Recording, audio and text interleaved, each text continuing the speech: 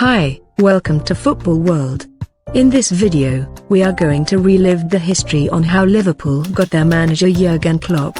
This is how the cop got the Klopp. Sit tight and hope you enjoy the video. Our story begins on April 11, 2014, at 10 p.m.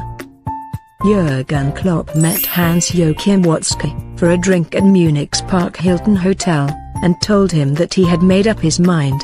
He was staying put. Earlier that day, ahead of the team's departure for an away game at Bayern's Allianz Arena, the Borusia Dortmund coach had still been undecided.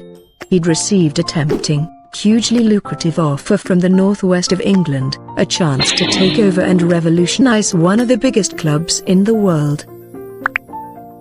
"We first met in my kitchen," says Watzke. Without going into details, it was an interesting talk.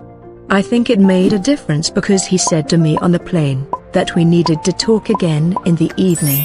I was due to have dinner with my daughter, who lived in Munich, so I could only see him at 10 p.m. He straightaway said, "I can't deal with this pressure anymore. I've turned them down." Not long before, Manchester United Executive Vice Chairman Ed Woodward had flown out to see Klopp in Germany. David Moyes' short tenure at Old Trafford was coming to an end, and Klopp was United's favourite to replace him, to bring back a sense of adventure to the Red Devils game. Woodward told Klopp that the Theatre of Dreams was like an adult version of Disneyland, a mythical place where, as the nickname suggested, the entertainment on show was world-class and dreams came true. Klopp wasn't entirely convinced by that sales pitch. He found it a bit unsexy, he told a friend, but he didn't dismiss the proposition out of hand either. After almost 6 years in the job at Dortmund, perhaps the time was right for a change of scenery. Aware of United's interest, Watzke had intended to insist that Klopp honor his contract, which had been extended to 2018, only the preceding autumn.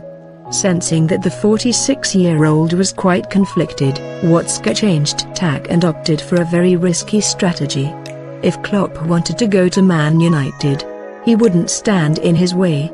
He told him, playing on their mutual trust and a connection that had long since crossed from business into the territory of friendship. After some deliberation, and the conversation at Watzke's kitchen table, the BVB manager came to the conclusion that his work at the Signal Iduna Park was not yet done. United, however, felt there was still a possibility of luring him away. When Moyes received his inevitable marching orders on April 22, Klopp was quickly installed as the bookmakers' favourite to succeed the Scot.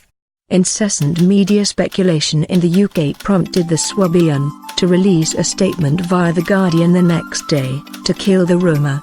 "Man United is a great club and I feel very familiar with their wonderful fans," it read, "but my commitment to Borusia Dortmund and the people is unbreakable." Klopp continued to attract interest from the Premier League, regardless. 6 months after he had turned down Woodward, Manchester United's local rivals, Manchester City, made an approach. Tottenham Hotspur too inquired about his services.